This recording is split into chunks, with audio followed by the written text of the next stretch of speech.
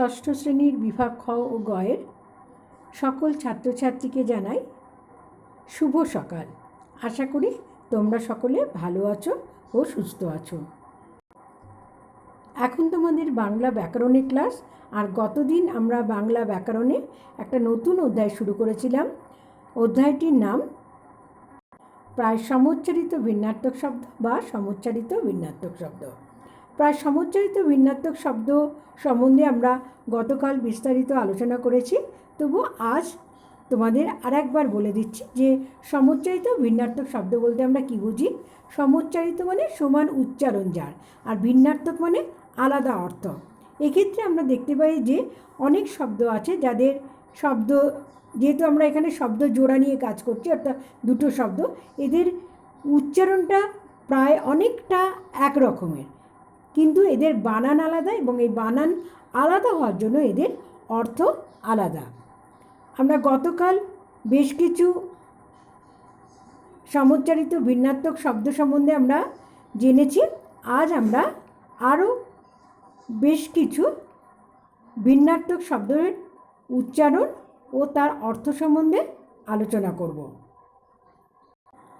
আমরা গতকাল হস্যিকার, দীর্ঘিকার, হস্যুকার ও দীর্ঘকার দিয়ে সমুচ্চারিত ভিন্নার্থক শব্দ পড়া শুরু করেছিলাম। আজও আমরা এরকমই হস্যুকার ও দীর্ঘকার দিয়ে কিছু সমুচ্চারিত ভিন্নার্থক শব্দ ও তার অর্থ লিখেছি। তোমাদের কাজ হলো এগুলি ব্যাকরণ খাতায় লিখে নিয়ে মুখস্থ করা। আগে তোমরা অর্থগুলো এবং উচ্চারণগুলো ভালো করে শুনে নাও। প্রথমটা দেখো কি বলেছে। প্রথমটা হচ্ছে উদ্যত আর একটা হচ্ছে উদ্ধত। একটা দয় বলে একটা দয়।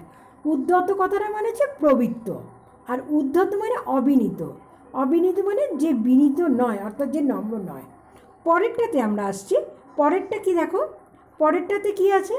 পরেরটাতে আছে উদ্দেশ মানে লক্ষ্য, উদ্দেশ দেখো। আর উদ্দেশ্য মানে অভিপ্রায়।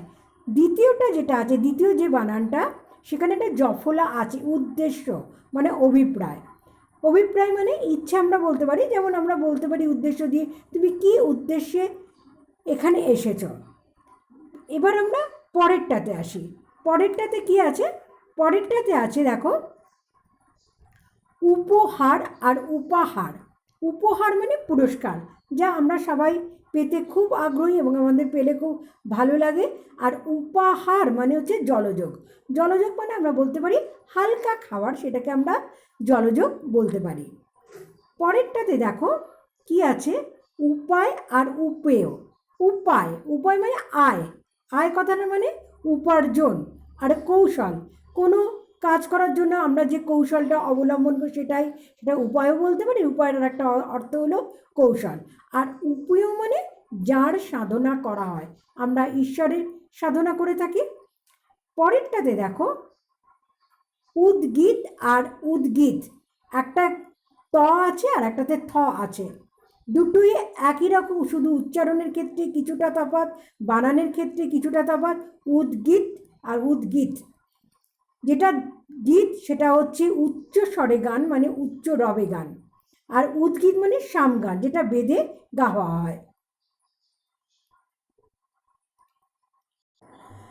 ঋকার ও ঔকার দিয়ে যে কয়েকটি সমুচ্চারিত ভিন্নার্থক শব্দ আছে তার উচ্চারণ এবং অর্থ আলোচনা করছি, তোমরা মন দিয়ে শুনে নাও। প্রথমটা দেখো কি বলেছে। প্রথমটা হচ্ছে রীতি, পরেরটা হচ্ছে রীতি। প্রথমটার বানানটা তোমরা খেয়াল করো, রি। আমরা যেমন বলি হস্যকার দীর্ঘকার তারপরে রিকার আসে, সেই রীতি। এই রীতি কথাটার মানে হচ্ছে গতি। আর রীতি রয় দীর্ঘিত আসি, যেটা র আছে সেটা হচ্ছে নিয়ম, কিন্তু উচ্চারণ দুটোরই এক। পরেরটাতে দেখো, পরেরটার ক্ষেত্রে কি আছে? পরেরটাতে ক্ষেত্রে কী আছে? একটা হচ্ছে রিক্ত বা রিকত। রিকত মানে উত্তরাধিকার সূত্রে প্রাপ্ত ধন। রিকত, এরা মধ্যে বলি রিকত। উত্তরাধিকারী মানে আমরা পূর্বপুরুষদের কাছ থেকে যে বংশ পরম্পরায় যে ধনটা পাই বা অর্থটা পাই, সেটাকে বলা হচ্ছে। আর আরেকটা হচ্ছে রিক্ত। রিক্ত কথাটার মানে হচ্ছে শূন্য বা নিঃস্ব। পরেরটাতে দেখো কি আছে, এটা এ দিয়ে তৈরি শব্দটা, এন আর এন, দুটোই এন। একটার মানে হচ্ছে দোষ, যেটা দন্ত্য ন আছে সেটার মানে হচ্ছে দোষ, আর যেটা মূর্ধন্য আছে সেটার মানে হচ্ছে হরিণ। অর্থাৎ এন হচ্ছে হরিণের একটা প্রতিশব্দ। পরেরটায় আমরা আসি, দেখো কি আছে, একটা হচ্ছে ঔষধি আর একটা হচ্ছে ঔষধি। যেটা ঔষধি মানে যে গাছ একবার ফল দিয়ে মরে যায় তাকে আমরা ঔষধি বলি, আর ঔষধি হচ্ছে ভেষজ উদ্ভিদ যা দিয়ে ওষুধ তৈরি হয়। আজ এই পর্যন্ত। বাকি সমুচ্চারিত ভিন্নাত্মক শব্দ আমরা পরের ক্লাসে আলোচনা করব। তোমরা মন দিয়ে এই সমুচ্চারিত ভিন্নাত্মক শব্দগুলো খাতায় লিখে পড়ে নেবে। এখানেই শেষ করছি। সকলে ভালো থেকো। ধন্যবাদ।